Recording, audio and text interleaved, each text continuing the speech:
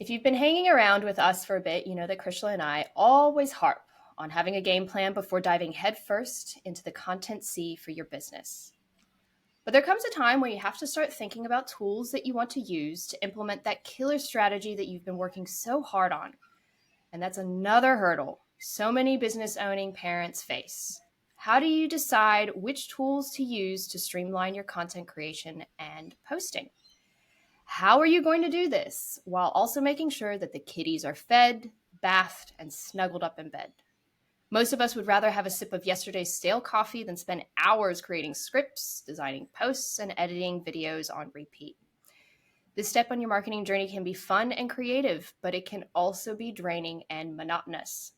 It's also where AI can play a huge role and do much of the heavy lifting for you. And here to talk about AI and the tools that you can use as a business owning parent that you probably can't live without is AI expert and TikTok legend, Austin Armstrong. Austin is a lifelong digital marketer, public speaker, host of the TikTok podcast Business Talk, CEO of Socialty Pro, an organic SEO and vertical video marketing agency, and CEO of Syllabi, a brand new marketing tool that helps business owners create a social media content strategy in minutes. Austin has posted over 2,500 videos on TikTok, tripling his own business's revenue and thousands more across his clients' accounts. Austin has leveraged his success on TikTok to gain millions of followers across every social media platform. And he loves the strategies that have worked for him to empower you. This has been 3.5 years in the making. I feel like, Austin, like we were saying off air, welcome to the Mad Marketing Moms podcast. I'm so excited to talk to you. Clem, Krishla, thank you so much for having me on. It's an honor. And yeah, we were joking, Clem, we've known each other for 3.5 years, but this is the first time we've actually had a conversation together, which seems super funny, but it's like we know each other. So it's great. Yeah, we're TikTok pals. Yay. I can't even get my first thing out. Austin, I've been following along your journey and it's really changed the content you've been presenting, the things that you've been talking about. So I'd love to hear a little bit more about you, about yourself, obviously, but the evolution over the past 3 years or so with you and your business. Yeah, so I'll take it back to the beginning of social media and then I'll scale up real fast. So I've been active on social media from a marketing perspective for about 18, 19 years. I actually got started on MySpace as a 14-year-old, figured out how to get a large following of people and got bit by that bug. It sort of never stopped. Now, fast forward to about 4 years ago, I started a social media marketing agency called Socialty Pro. And we really focused on SEO, web design, and a little bit of video marketing, mostly just YouTube, because that was really the only platform that video marketing was significant on at the time. And around that same time too, TikTok had come out. It was a new platform or rebranded from Musical.ly, and I'm a big Gary Vee fan. And so he was shoving it down all of our throats. You got to get on TikTok. It's the newest, hottest thing. This is don't miss your opportunity. Wouldn't you love to get in on the ground floor of YouTube? And that I was like, yeah, this is my time. I'm ready. And so I started on TikTok and completely fell flat on my face for the first couple of months trying to figure out a new format and a new platform. But one thing led to another. I got it. And I had that epiphany of, I should just use this as a tool to promote my business. And when I went all in on that and really started talking about SEO, that's when it started to pop a little bit. And hold on 1 second. I got a puppy attack over here. Oh, your puppy. Give me that. Sorry, listeners, or keep it in. I don't know. Puppies are cute. That's okay. We don't mind babies and fur babies. Yes, I'm not a parent, but I'm a dog dad. So we'll go with that. Yeah, so I started talking about a lot of SEO-oriented topics and kind of incorporating video into SEO and just showing really valuable information. And it worked. I started to gain an audience really quickly, got a lot of followers, engagement, and clients and leads really fast talking about SEO. And it worked so well that companies started to reach out and be like, hey, you're gaining a lot of traction on TikTok. can you help me grow on TikTok as well? And so that's the first kind of pivot of the content where I switched from loose digital marketing, like 80% SEO, to starting talking about TikTok. And so I started really growing my TikTok following on there, and I became the kind of TikTok guy for years, which was incredible, led to amazing podcast opportunities, paid speaking opportunities. It tripled, quadrupled my business, just absolutely life-changing. In a very short period of time, TikTok changed my life. I'm forever grateful for that silly platform. And then fast forward to about 2 years ago, I started really, and I was always sharing like useful websites, but in kind of a different framing. But I had the idea that like I wanted to make a SaaS tool at some point. And that's where like really early AI tools were starting to come out. I think DALL-E 2 had come out, and it was like, whoa, you can type something in and it makes you an image. That's incredible how far it's all come. So I pivoted my content strategy about 2 years ago to like useful websites for business owners and entrepreneurs, as a long-winded hedging my bet that building an audience would one day help me really easily market a SaaS tool, my own useful website, if you will. And so that's really what I've been doing the last 2 years, is I've really heavily pivoted into content like these 5 websites feel illegal to know, or if you stack these 3 AI websites together, it's going to break the internet. Really silly opening hooks and stuff like that. But that's the long-winded answer of where I came from and the couple of content pivots and the reasoning behind them all. So you're almost like a digital platform scientist, if you will. You've kind of you. Yeah. I'm a nerd. That's all. I'm just a nerd. I'm a big nerd. Yes, you said it. Welcome to the club. No, but you seem to you've found your little spot where it's you like to play and test these platforms and see how they're going to help someone, and just present it in a way that's fun and digestible. And that's worked. It's completely worked. Yeah. I love it. I love creating this type of content, and it helps people. And I get comments every day that it helps people, and I get recognized in person and they say how much the content has helped them. And that it means the world. And that's why I continue doing what I do. So are you a TikTok celebrity now? Do you since you're getting I don't know about that. I don't know about celebrity. I've been recognized a couple times. I was just at a gym. Receiving their merch. It's like basically things, you're in. It's funny. I was at a ninja gym over the weekend, like American Ninja type stuff. And I walk in and the guy looks at me, points and goes, "Syllabi." Real strange, just randomly at a gym. That's awesome. Go, yes, but my name is Austin. Exactly. So speaking of syllabi and AI platforms, we hear all about how they're changing our daily lives, but I get this feeling that there's a lot of confusion actually between what the difference is between AI and automation, because they're two like little bits of tech that can really just make your life easier. Can you go through the differences between the two and how they fit together, Austin?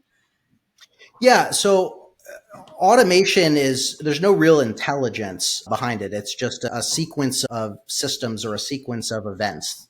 You do A, B happens. You could set up like a Zapier, which has become synonymous with automation at this point, and you can have it take your Instagram post and download it automatically into a Google Drive folder.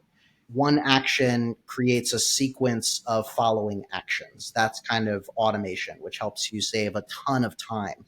Automation is used in everything from marketing to machinery to McDonald's burgers. Automation is a part of our everyday lives, and you should be using automation in your systems and in your business to just save you so much time and so many headaches.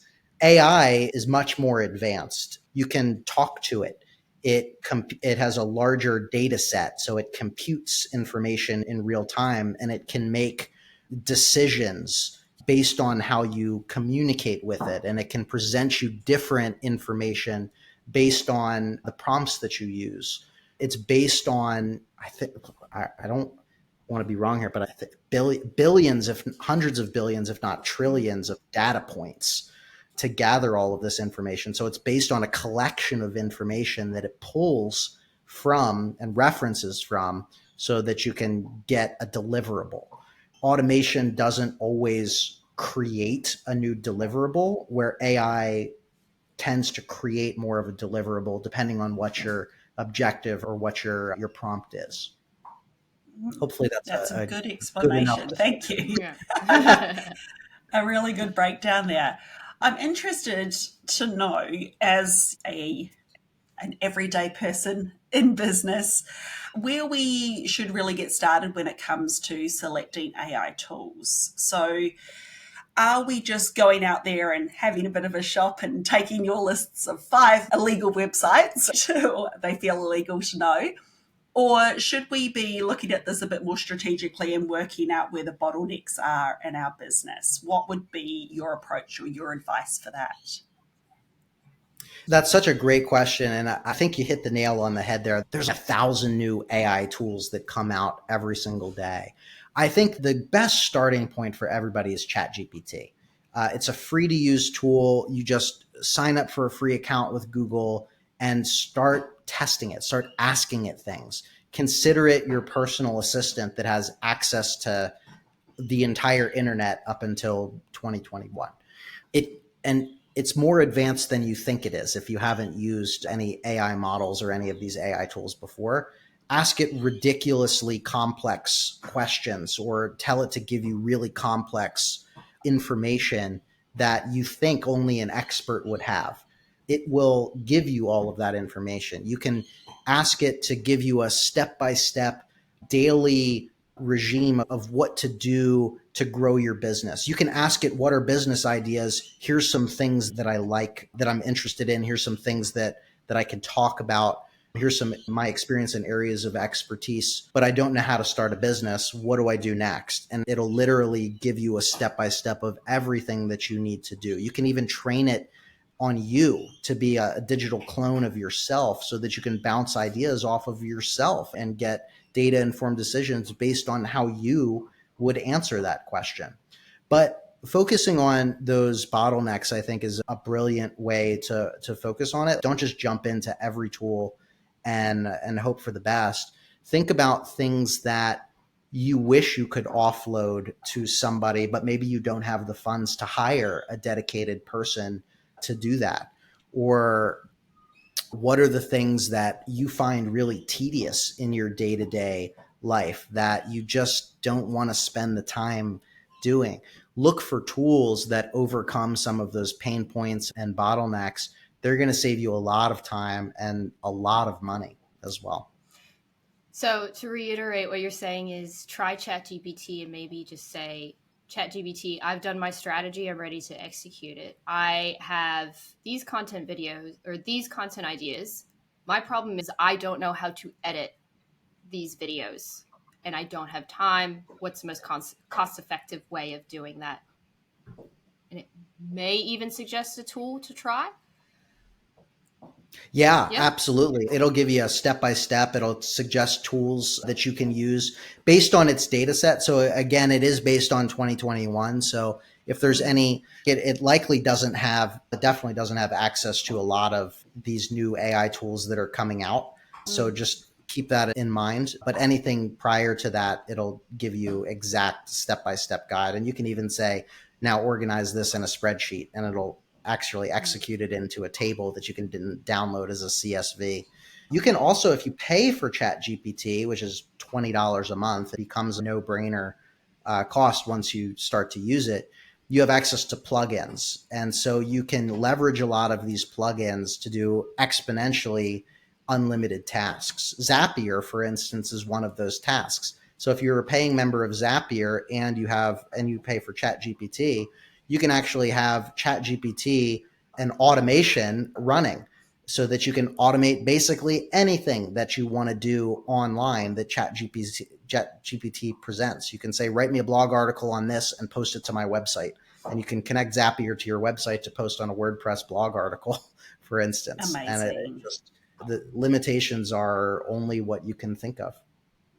Austin, I've got a bit of a side question here because I know one thing that people want to outsource, and that is their marketing. Now, I would love to hear your opinion on this because I firmly believe that you should not outsource your marketing, especially as a service provider.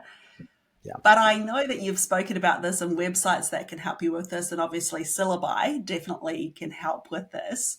What are your thoughts on this as if people are looking at bottlenecks or things that they really just don't like doing?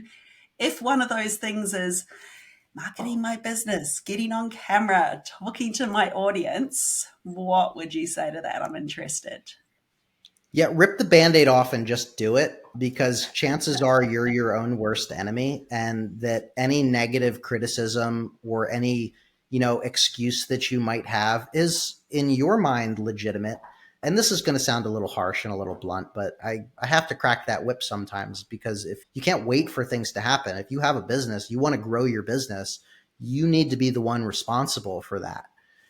You can't outsource your message. It's your message. But there's so many tools now to help you with all of this. We built Syllabi to eliminate every excuse that every business owner has ever said to me about content creation online.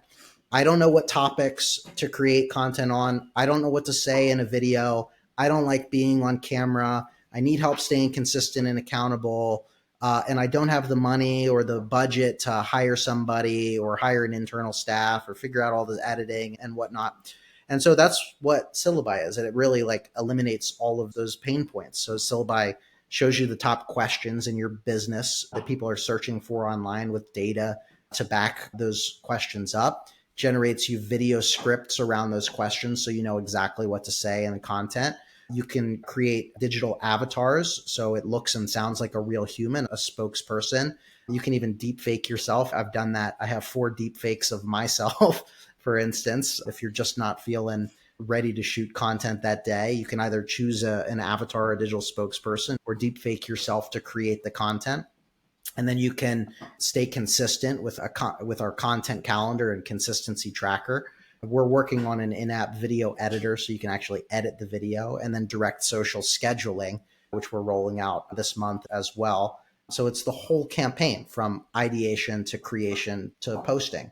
There's always going to be a need for you as a human. AI is never going to entirely replace people or people that are creating content, because that human, people buy from humans, right? They don't buy from brands, and they don't really buy from robots or AI, even though anecdotally my AI videos have been performing as well, if not better, than my real videos, which is a really interesting side topic there.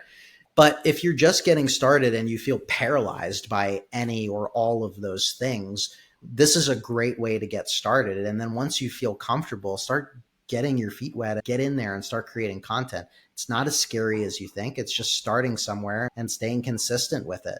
Clem kills it on TikTok. And the only reason I've had any success on social media is because I just never gave up. I'm not the most intelligent person. I'm not the most natively talented person. I'm not necessarily the best good looking person. I think I'm all right. But I've out hustled everybody. And that's the one thing that you can control, is how hard are you willing to work, and how hard or how consistent are you willing to be. Everything sucks. Everybody sucks at the beginning. Mr. Beast's first videos were terrible. Now he's the most subscribed YouTuber and one of the most famous internet celebrities of all time, right? We all start shitty. You just have to stay consistent with it and improve 1% a day. There you go. You heard it here first. And looks like Syllabi is taking my job. So as a content coach, fine, that's fine. I'll just have to pivot, right? Yes, but I love that. And I love that little bit of kindly butt kicking that you pulled in there, Austin, because I'm all about that too. You can do hard things, yeah? And as I always say to my students and to my clients, action creates confidence. You don't get good at the thing, you don't feel confident and comfortable on camera until you do it. And yeah, my videos are terrible. You scroll back. And I hope that even a year from now, when I look back on today's videos, I'm cringing as well, because it means that I've made progress. And that's all we can really do. Absolutely. Well said. Circling back, I hate that term, circling back, but it's appropriate here. When we were talking about when we were starting doing the bottlenecks to the AI shopping and such, I guess you and I, Austin, we're nerds. We will probably know the name of some AI platform that we know is going to change our life, but we want to research and see who else is out there that's doing the similar thing. So you and I would just Google platforms like Syllabi as an example. But for other business owning parents, they might not necessarily know that or have the time to just Google and look at alternatives. Where would they start to actually be shopping for those tools once they have figured out those bottlenecks, once they've had that suggestion, say, from ChatGPT? Is there like an Amazon platform or a Google of AI that you can go through and shop around?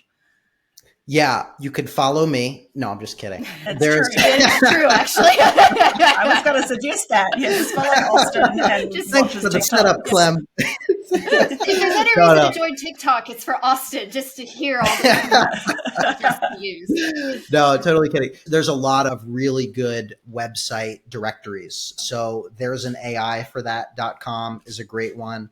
Futurepedia.io is a great one. Futuretools.io is another great one. Those are the three that I regularly go to, and they have thousands of AI tools broken down by category, and then descriptions of all of them, how much they cost, comparisons to other tools. They're great directories that I would start with there to find your needs. You can type in whatever you need, like podcast or Twitter or TikTok or video editing, anything that you need, and it'll show you tools specifically for what you're searching for. And then you can go down that rabbit hole and start testing things from there. I'm gonna be Amazing. spending hours, I think, on those platforms now. I know, If you but look then at you can get a Futurepedia, little bit too excited. we're on the homepage of Futurepedia right now. We're doing a little campaign with them. They're great. Oh, really? You can also exciting. sponsor your AI tools on those websites. I'd love to know, are there any disadvantages for using AI? In your opinion? I think it's really early to tell any long-term disadvantages. We can get a little bleak and grim here because I think there's some fear-mongering around AI taking jobs. So, that's one potential concern, is that if you, as a business owner, start using a lot of these tools and you become dependent on a lot of these tools, it ultimately means that you're not going to need to hire people that do the tasks that those tools do. And I think it's going to somewhat hurt certain jobs. I don't inherently think that AI will replace people, but I think people who embrace AI will replace those that fight and do not use AI. It's like I was on a podcast earlier today, and Katie Brinkley, and she brought up this example. I don't want to steal her example, but she said it's like businesses that don't have websites. That seems silly at this point, but like when the internet first came out, it was seen as a fad. It was seen as like, why would I invest money into making a website? This is going to go away. AI is not going anywhere. This is not a trend. This is very systematically different from like cryptocurrency or Web3, which is way down the line. This is here now, already integrated and easily accessible from the masses. That's the key differences here. I think it could also cause people to be out of touch to some degree with their audience online. This is something that I have to be somewhat careful of, because now I've been experimenting and posting a lot of deep fake videos, and I start to see as much as they perform really well, I start to get comments like, I followed you for you and for your energy, because they resonated with me as a person and my experience. And so there's a fine line, I think, between just making an automated AI channel that is soulless versus being a content creator at heart. And so that's something that I'm personally struggling with to see how I continue there and how deep I go down the rabbit hole of AI content with my deep fakes. These are just a couple things that come to mind, though. Yeah. I think you've hit a point that not many people have spoken about. I think when it comes to AI, it's this following that you've created across your social media channels was not due to AI. It was not due to your deep fakes. It was because you were being Austin, and you're completely unique to who you are, and people have created that connection. And people have forgotten that with social media, it is building those relationships. We're just not doing it face to face. And when you put that personality on camera, it's so much easier for people to relate to you. And Crystal and I were talking off air about your AI, your deep fakes that you've posted. And I said, the second, without even Austin opening his mouth, I knew it was a deep fake. And it was, and I said to Crystal, it's like, he's not smiling. He's not smiling. And that is just not Austin. I'm like, it's not him at all. And then it was that AI is never, ever going to be able to put that personality, I don't think. They'll be able to put the arm movements in and that natural shoulder movement, I think, eventually when people are speaking, but I think the personality is just never going to be there. Yeah, I agree. They're getting better and better very quickly. But yeah, voices are, because I've cloned my voice as well, and it's still monotone. And they're starting to work on that kind of inflection and tonality, different natural spikes and whatnot, and the body language. It's fascinating. What I've somewhat noticed is if people don't know me and know my content, and if I cut back and forth between B-roll and things that I'm shooting and short clips of the avatars, the deepfakes, people don't notice it as much. Mm. And that's the interesting thing, because as it gets more and more complex and they get better, it's really going to blur those lines. Now, if it's just single talking head video with no cuts or minimal cuts, and it's just all AI, I think that's a long way off from a complete side-by-side comparison that you won't be able to know the difference, if ever. Maybe it does, because you can, the eyes are the mirror to the soul, right? Or however that saying goes. And as much as they can deep fake me, they're not going to really be able to take my eyes to some degree. And I don't know. It's fascinating where all of this is going to go. But I want to say there's always going to be room for real content creators, because that emotion and empathy and real experience and relatability will always shine through. And that'll be your unique selling proposition down the track, won't it? Is actually going, hey, this is real human generated content as in amongst all of the rest. Yeah. Interesting also all the influencers, the AI influencers. Have you seen these bikini models? And they're being sent product, which I don't know, maybe Austin, how then they're wearing the product, given that they're not real. It's so fascinating, these accounts that are just purely AI. They look very real though. So yeah, it'll be so interesting to see what happens down the track and whether people can. Yeah, they're starting to do. Yeah, they're doing brand deals, and I think I saw one that has an OnlyFans, and so it's using its social media presence to promote its OnlyFans, which is insane. I feel like we're AI. The world of the Fifth Element and all that stuff is here. For sure. And how the world has changed. If we just look back at when we got started on TikTok 4 years ago, 3.5 years ago, to now, our world has changed. It's fascinating. It certainly has. It certainly has. Once we've shopped around and we've tested all these tools out, what do you think is the next step? Is it really just testing and tweaking your AI system, really? Or what would you do next once you've started implementing these tools that we've shopped around and bought? Yeah, my hiring process, even before AI, was to outsource my suck or things that I don't like to do. And so I think AI really plays into the same thing.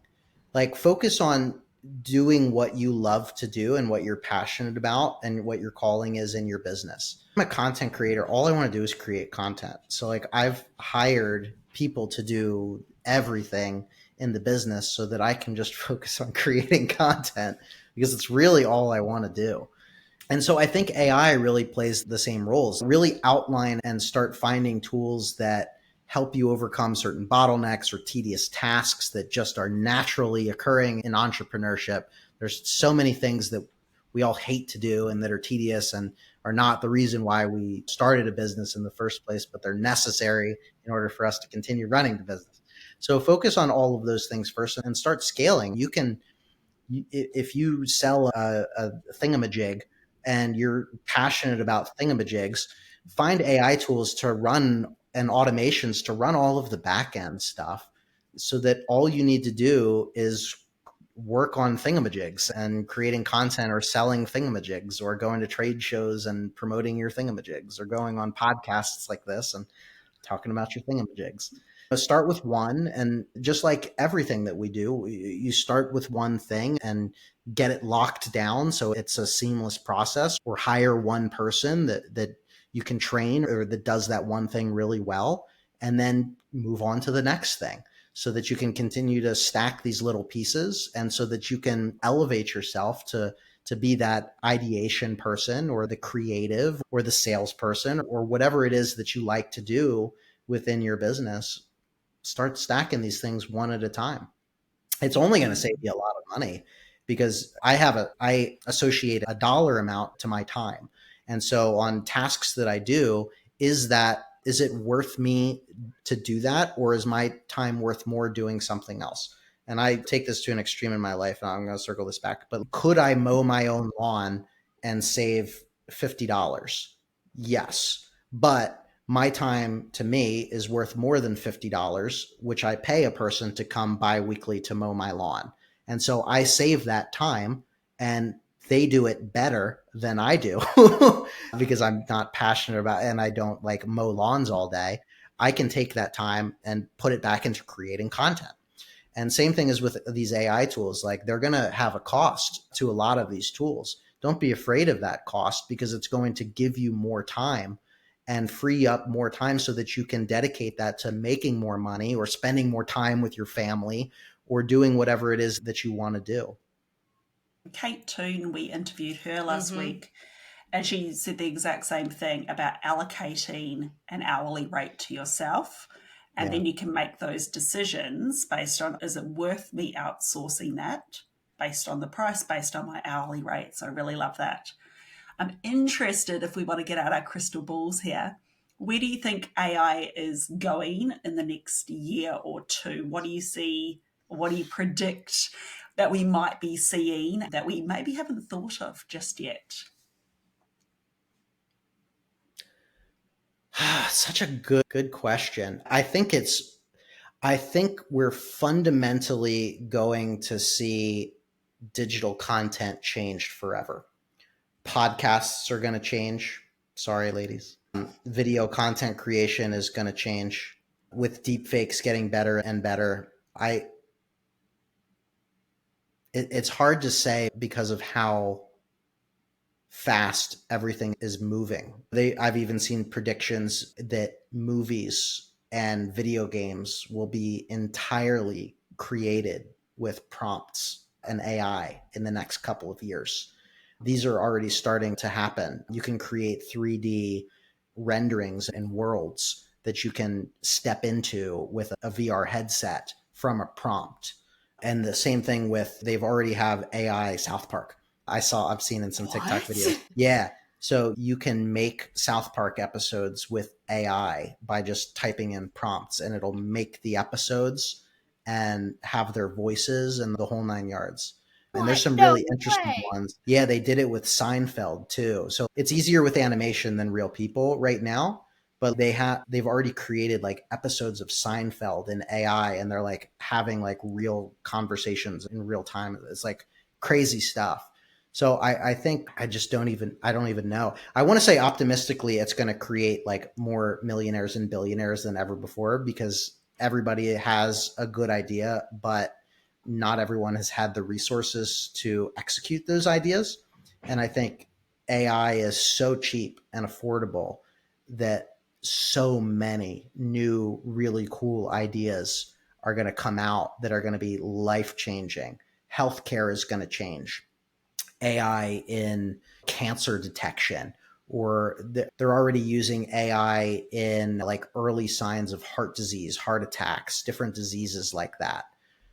It could propel us into the space age because everything's human data right now to compute all of this. I'm just going wild right now with my brain. I'm like, I don't even know. That's okay. I don't even It's know. okay. This is going to take us into Star Trek. I have no idea. It's going to like within 5 years, I think the world as we know it is going to fundamentally change. It's going to be night and day difference from automations of cars on the road to everything. Cities, once it gets into hardware and robotics catches up, it's fascinating. I don't know. We have a national treasure here called Dr. Carl. I don't know how to pronounce his surname. He is on TikTok. He is a bald guy, glasses, wild shirts. And he has always said, he's a scientist who has a science hour on a public radio show where you can ask him anything science related. But he has always said on this show every now and again, he's gone, we are going to be the last generation to die or the first one to live forever because of the technology that we have been able to create. I think he has predicted this like years and years ago. And I think with what AI is doing now, we are so close to being that generation for sure.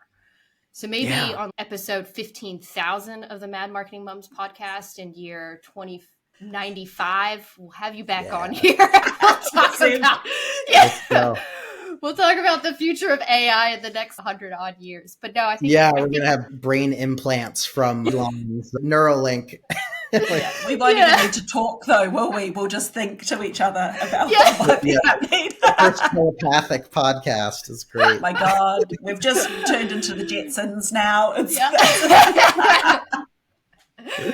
But speaking of, there's so much potential here. What is one field that you think just needs AI so badly that you're just waiting for someone to do something about it? Government agencies. Oh God, yes. Or even just back to automation. Even just that would be good, right? Yes. They're so far behind. Oh my God. Don't even get me started about dealing with the U.S. Embassy over here. It's wow. Anyway, that was a great answer. I was not expecting that. Oh my gosh. Austin, it has been so nice having you join us today and just letting our brains go absolutely wild. Like, it's so fun to think about and to nerd out about. We've got a few quick fire questions, but before we get to those, where is the best place to connect with you? We know you're on TikTok. Where else do you hang out online?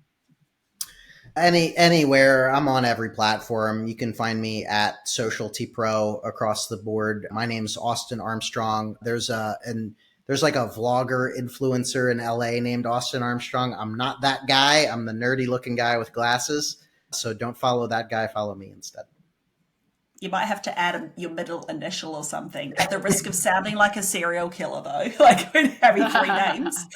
But yes, and of course, we will link to Austin's website and to his incredible tool, Syllabi, in the show notes, so you can go and check that out. You did mention earlier, as we were chatting, a little bit about what Syllabi can do, but do you want to give us like the official elevator pitch for anybody who's thinking, yes, I want some help to automate my content marketing? Yeah, Syllabi streamlines video marketing for service-based businesses. So it shows you the topics that your customers are searching for online. It generates viral video scripts for you. It generates AI videos with digital avatars, and it helps you stay consistent and accountable with a content calendar and consistency tracker. You can try us out for free for 7 days in the show notes, I'm sure, or syllabi.io. It's syllaby.io. Amazing. Yeah, we'll have a link to Syllabi in the show notes for sure. For sure. Austin, we're going to hop into some quick fire questions. So just that way we can get to know you a little bit better. Be prepared. Don't be scared. But we're going to start with the one that we ask absolutely everybody. What is the number one tip that you have for busy business owning parents? Just get started and take it one day, one thing at a time, and just build upon it. Every great idea started as an idea. Yeah, perfect. I'd love to know what's an AI tool that you're absolutely in love with right now, that you are currently playing with and just really enjoying. Besides my own, Otter AI is my favorite. Oh, yes. So Otter sits in on your meetings. It's like your little transcription personal assistant that takes notes and transcribes the meeting and sends you an email summary, and you can search it and listen to it later. It allows me to be more present on calls. So I'm not like taking notes and like half listening. Absolutely love it. That's like the one thing I hate about meetings is having to remember everything that was said, or Yeah. not being present because I'm writing the notes so I remember everything that was being said. So Yeah. I will definitely be checking that out. Krishla, I think you should take the next quick fire. I'm interested to know, Austin, and I have to say, I don't think I've seen you there. What are your thoughts on Instagram threads? Are you there? Are you using it? Oh, yeah, I'm on there. I've got 50,000 followers on Threads, which is stupid, but I think it has potential. It's just not there yet. It had a quick rise. I think they grew it too fast. It's not sticky enough. It's not different enough. We were all like super gung. Yeah, it's half baked. It felt real fresh for the first 48 hours. And then we're like, no, just settle back into what we know. So I post on there a little bit. I think it's got a long way to go. It's not innovative. Are you using it with TikTok? Are you still on TikTok, or have you done the switch? Oh, yeah. Oh, I'm active on everything. Believe it or not, Facebook's my number one following and platform. TikTok's number two. I'll forever be in debt of TikTok for what that platform has done for me. But yeah, Facebook's actually number one for me right now. That's interesting. Although TikTok did shut down your account, didn't they? Twice. Yeah, that's happened to me on Instagram. I know. So you were the TikTok expert that got shut down. I'm the Instagram expert that got shut down. It's quite damaging to your ego, isn't it? And your credibility. But I'm glad to know I'm not the only one that these things happen to. Yeah. Yep. I'm glad you're back up and running now. Yeah. Yeah. So, question outside of social media and stuff. What's your favorite local haunt now that you've moved back to North Carolina? Favorite local haunt, like haunted area? No, as in local haunt, as in the spot that you're going to go to, like your bar that you go to or your restaurant that you go to. You haunt it. I see. There's a place my wife and I love called Namu that is a Korean fusion restaurant with the best craft beer selection ever. Oh, yeah? Do tell.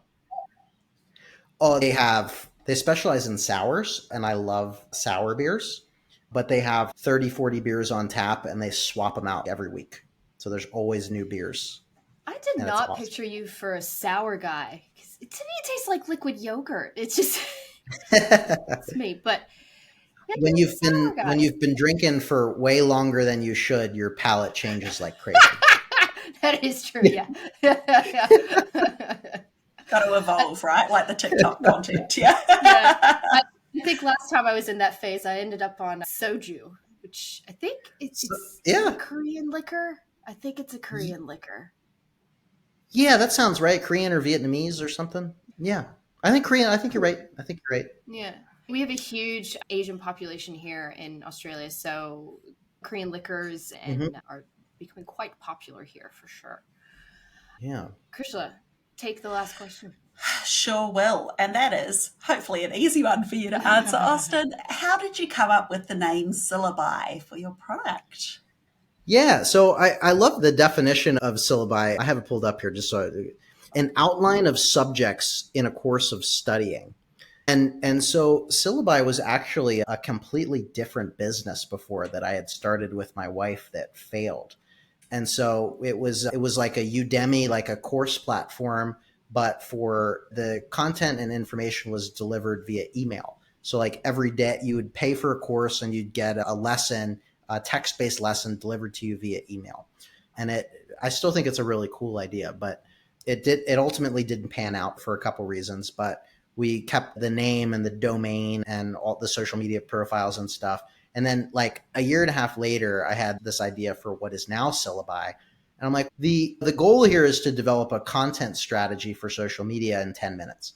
And so I think Syllabi still works from a definition perspective.